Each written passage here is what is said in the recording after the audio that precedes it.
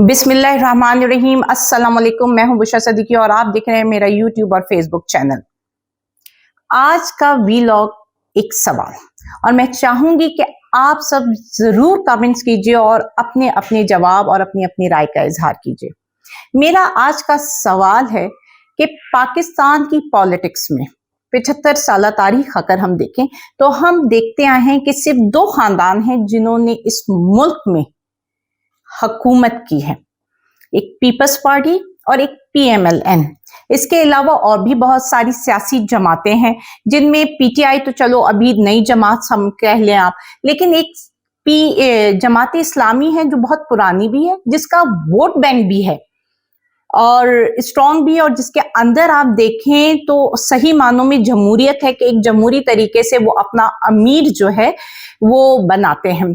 लेकिन उसके बावजूद वो जमात भी जिसका एक अच्छा खासा वोट बैंक है, एक सपोर्ट है, उसके बावजूद भी ये जमात कभी भी वफाक में अपनी हुकूमत ना बना सकी।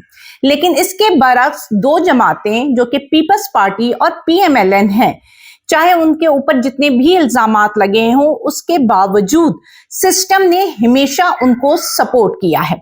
अब आप इनको दो पॉलिटिकल पार्टी कह लें या फिर आप इनको दो खानदानी सियासी जमातें कह लें, क्योंकि अगर ये पॉलिटिकल पार्टी होती तो शायद किसी और भी शख्स को जो उनमें ज्यादा अहलियत रखता हो उसका चेयरपर्सन, प्रेसिडेंट या चेयरमैनशिप दी जाती। जैसे कि अगर आप भुट्टो पीपल्स पार्टी को देख लें तो भुट्टो के बाद बेनजीर साहिबा आई, और बेनजीर के जब साहिबा आई उस वक्त भी बड़े कई नाम लोग ऐसे थे कि वो आकर उसकी बागडोर संभाल सकते थे और बेनजीर भुट्टो उनके अंडर काम कर सकती थी। लेकिन बेनजीर भुट्टो आए, बेनजीर भुट्टो जब शहीद हुई तो उसके बाद आए बिलावल साहब, जाके वो इमेच्योर थे, उनमें कोई समझ नहीं थी, लेकिन फिर भी उनको उस पार्टी का चेयरमैन बना दिया गया, जबकि उसके बरक्स उनके पास और भी कई अहल नाम उस पार्टी में मौजूद थे जो काबिल थे, जिनके पास काबिलियत थी इस पार्टी के चेयरमैन बनने की।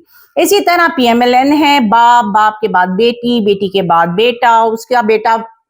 तो ये एक खानदानी सियासी पार्टी है और यही खानदानी सियासी पार्टी जो है वो रूल करती आई है और बदकिस्मती से सिस्टम इनको सपोर्ट कर रहा है।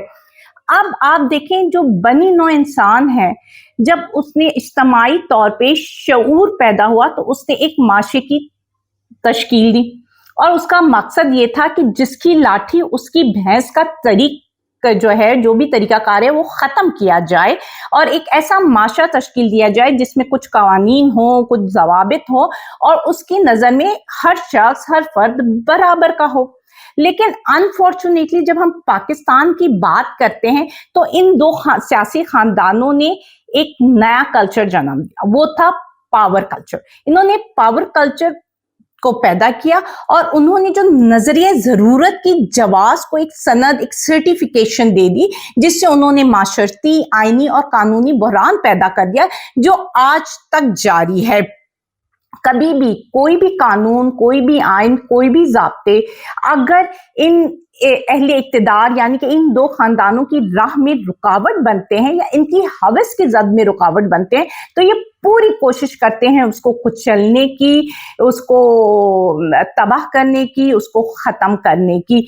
अगर आप देखें, पहले यही दो खानदान बारी बारी अपनी टर्म पे सिस्टम को एक्सप्लॉइट किया करते थे या with the help of the system जो है वो अपने मफादात हासिल किया करते थे। और अगर वो अपने मफादात हासिल करने में उनके उसमें कोई भी रुकावट आती थी, सपोज 1997 का वाकया ले लें या शरीफ खानदान का हम अगर बात करें तो शरीफ खानदान की जब भी राह में कोई रुकावटें आई तो उन्होंने किस तरह जजेस को मैनेज किया, मैनेज नहीं हुए तो किस तरह वो हमला आवर हो जाते हैं अदालतों पे।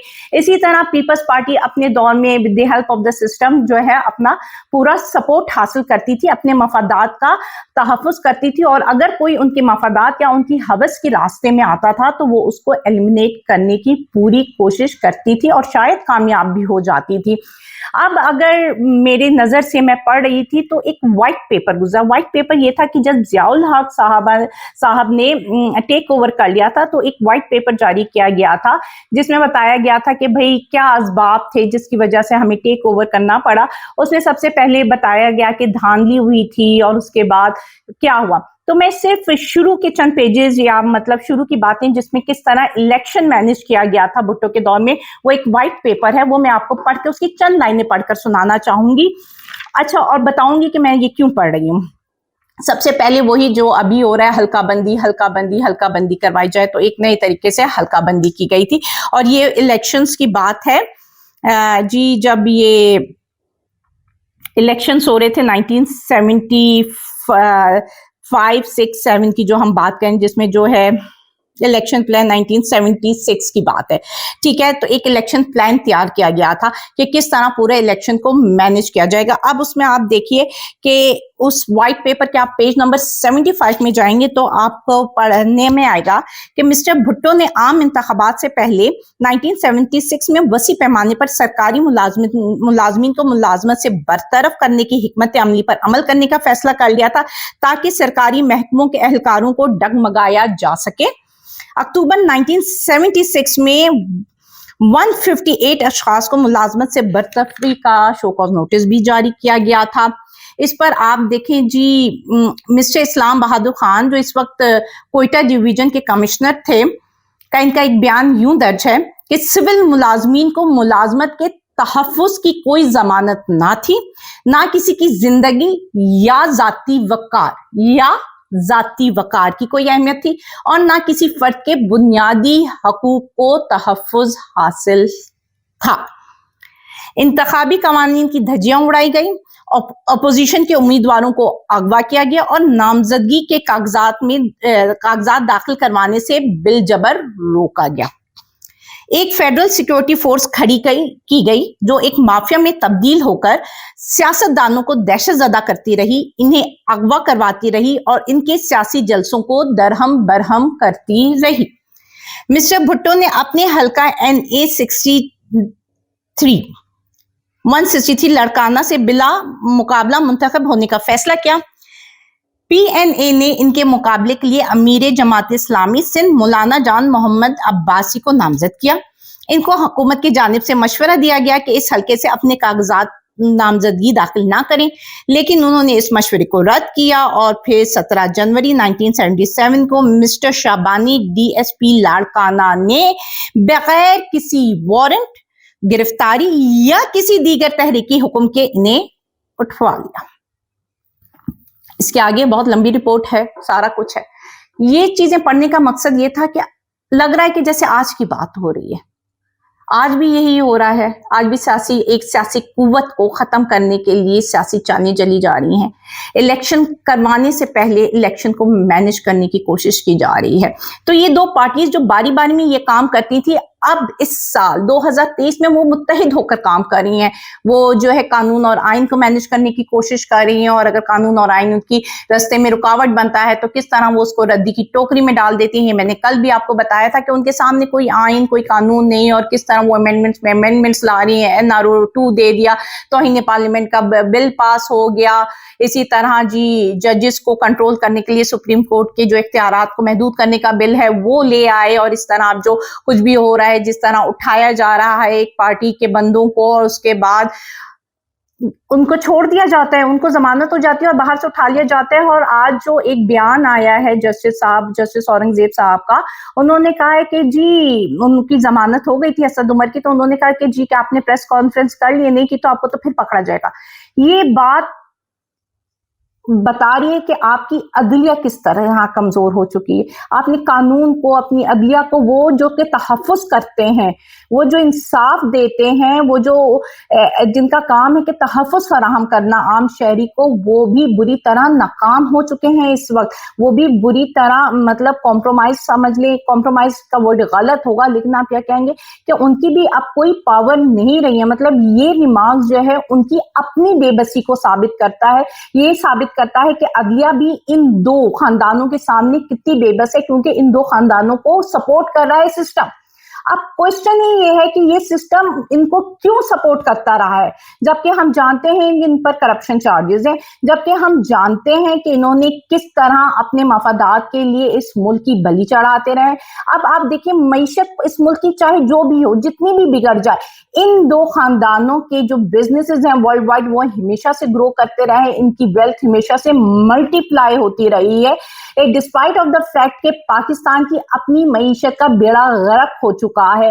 ابھی بھی جو بل آئے گا، بجٹ آئے گا، اس میں آپ دیکھ لیجیے گا ان لوگوں کے ان کے جو ماہر معیشت ہیں جو بھی ہیں، ان کی نظر میں ترقی جو ہے ملک کی وہ سڑکیں بنانے میں ہوتی ہیں، جس پر ہی سارا بجٹ لگتا ہے۔ لیکن بات یہ ہے کہ ان دو خاندانوں کے بارے میں پوری دنیا جانتی ہے، یہ وہ دو خاندان ہیں جن کا نام ٹاپ 10 کرپٹ پولیٹیشین کی لسٹ میں بھی آ چکا ہے، لیکن اس کے باوجود ہمارا سسٹم ان کو کیوں سپورٹ کرتا ہے؟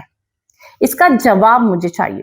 کچھ جواب تو میرے دماغ میں یہ بھی آتا ہے کہ شاید ایسے لوگوں کو ایزلی مینج، کمپرومائز اور ایکسپلائٹ کیا جا سکتا ہے، کیونکہ یہ اپنے مفادات کے لیے کمپرومائز بھی کرنے کو تیار ہوتے ہیں، مینج بھی ہو جاتے ہیں، اور اسی طرح یہ دوسروں کو بھی فائدہ پہنچاتے ہیں، کیونکہ اپنے مفادات کے تحفظ کے لیے ظاہر سی بات ہے، آپ کہتے ہیں نا کہ پھر دوسروں کو بھی ان کو جب مینج کرتے ہیں یا وہ کرتے ہیں، سسٹم کو بھی یہ فائدہ پہنچاتے ہیں ون وے اور ادر۔ سسٹم کو کیسے؟ پرسنل فائدہ پہنچاتے ہیں، مطلب ملک کے لیے فائدہ نہیں پہنچاتے یہ لوگ۔ تو ایسے کوئی بھی شخص آ جائے جس کو سسٹم کمپرومائز کرنے پہ مجبور نہ کر سکے، سسٹم ایکسپلائٹ نہ کر سکے، تو شاید سسٹم اس شخص کو سپورٹ ہی نہیں کرتی ہے، اس کو وہ سے پورے سینیریو سے، پاکستان کی پوری پولیٹیکل سینیریو سے آؤٹ کرنے کے لیے سسٹم بھی ان کا ہاتھ دے دیتی ہے، کیونکہ شاید سسٹم کو بھی یہ لگتا ہے کہ یار یہ والی پارٹی یا یہ شخص ہم سے مینج نہیں ہوگا، ہم سے ایکسپلائٹ نہیں، ہم اس کو ایکسپلائٹ نہیں کر سکیں گے، وہ ہمارے سامنے کمپرومائزنگ پوزیشن میں نہیں آئے گا، وہ اپنی بات پہ ڈٹا رہے گا، تو اس لیے ان کو ایسا بندہ نہیں چاہیے۔ سسٹم کو بھی ایسے ہی بندہ چاہیے کہ جس کو وہ ایزلی جو ہے مینج کر سکے۔ اب مینج کون سا بندہ ہوتا ہے؟ جو کرپٹ ہوگا، جس کے اپنے مفادات ہوں گے، کیونکہ دیکھیں مینج مفادات والا بندہ ہوتا ہے، جس شخص کے مفادات نہ ہو اس کو کمپرومائز نہیں کرتا۔ تو یہ شاید دو طرفہ ہے۔ باقی آپ لوگوں سے میں رائے جاننا چاہوں گی، میرا آج کا ویلاگ عام عوام کے لیے، آپ لوگوں کے لیے جو سن رہے ہیں، کہ وہ بتائیں کہ آخر کیوں 75 سالوں سے یہی دو خاندان ہم پر مسلط ہے اور پورے کا پورا سسٹم ان کو سپورٹ کر رہا ہے، ان کو اپنی پاور دے رہا ہے، اور باقی جو بھی چیز ان کے اگینسٹ جاری ہے اس کو ایلیمینیٹ کرنے میں ان کی ہیلپ کر رہا ہے۔ اس کے ساتھ ہی مجھے اجازت دیجیے، انشاءاللہ تعالی آپ کے کمنٹس کا انتظار رہے گا۔ اللہ حافظ۔